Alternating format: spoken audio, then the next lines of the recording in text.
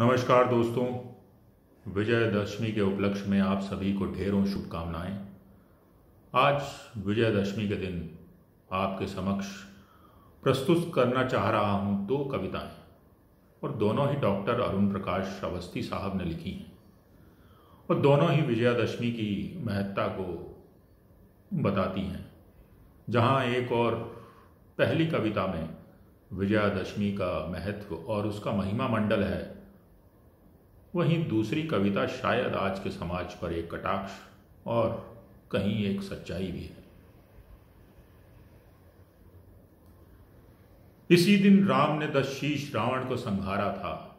इसी दिन राम ने आतंक से भू को उभारा था।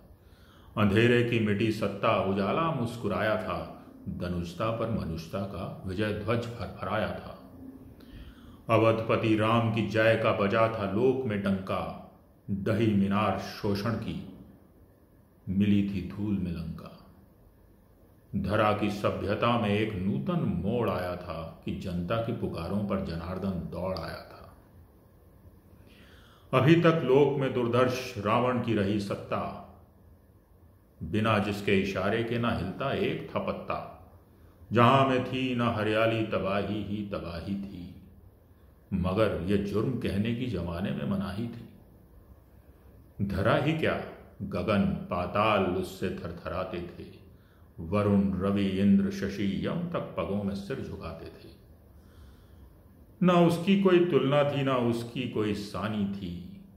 स्वयं लंकाधिपति के साथ जब दुर्गा भवानी थी। जिधर संकल्प रहता है उधर ही शक्ति रहती है। धनुष से शक्तिशाली के विजय की धार बहती है। अटल सिद्धांत है जग का, न कोई काट सकता है। भुवन में शक्ति पूतों का नहीं अभियान रुकता है। इसी बल से दशानन का विजय रथ घनघनाता था। ना कोई शूर रावण से कभी आंखें मिलाता था। हुआ संग्राम राघव का दशानन से भयंकर था। उधर था शक्ति का साधक, इधर तो स्वयं ईश्वर था। हुआ जब राम का पौरुष समर में व्यर्थ सारा था, तभी श्री राम ने दुर्गा भवानी को पुकारा था। हुई थी शक्ति की पूजा, हुआ था शक्ति आवाहन, किया था राम ने संकल्प से देवी का आराधन। स्वयं भुवनेश ने भुवनेश्वरी से शक्ति पाई थी। विजय की धुन भी रघुनाथ ने भव में बजाई थी। इसी दिन